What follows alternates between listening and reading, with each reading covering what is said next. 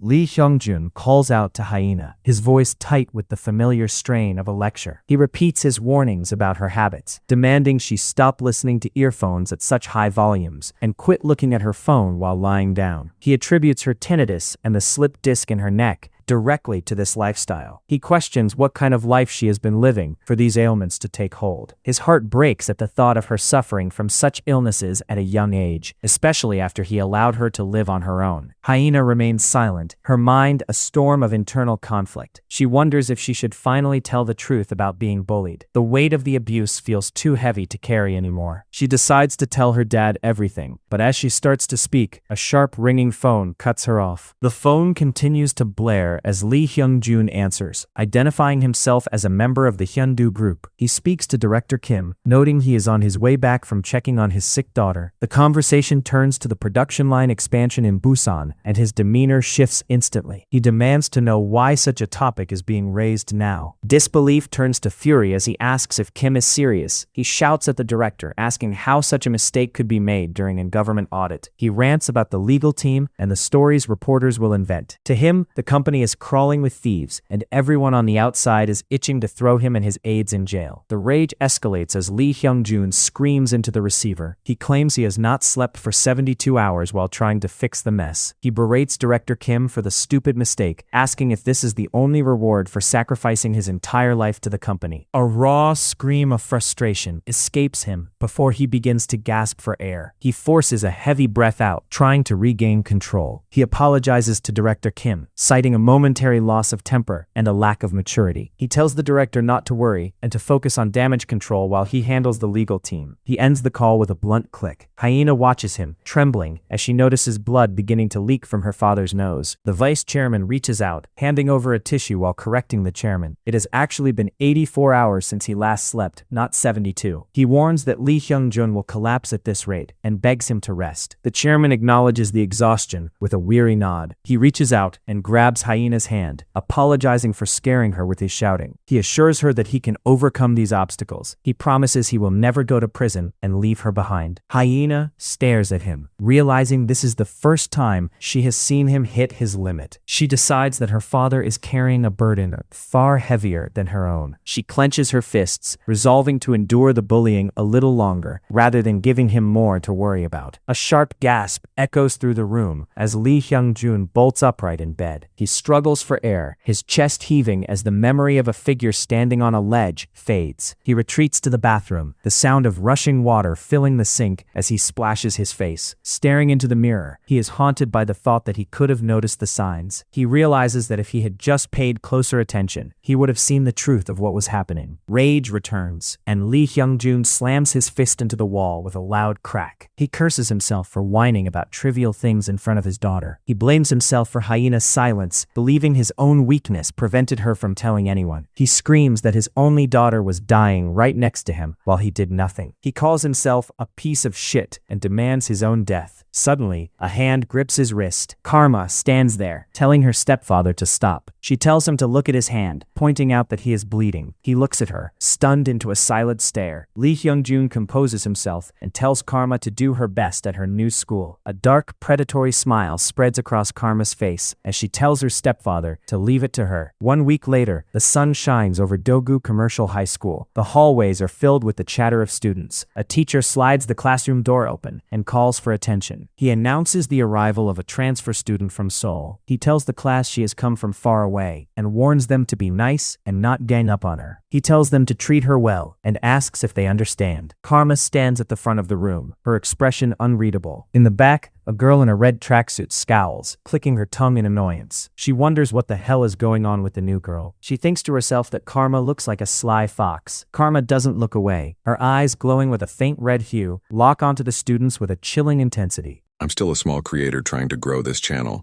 If you liked the video, your support means a lot and helps me continue making more manhwa recaps regularly.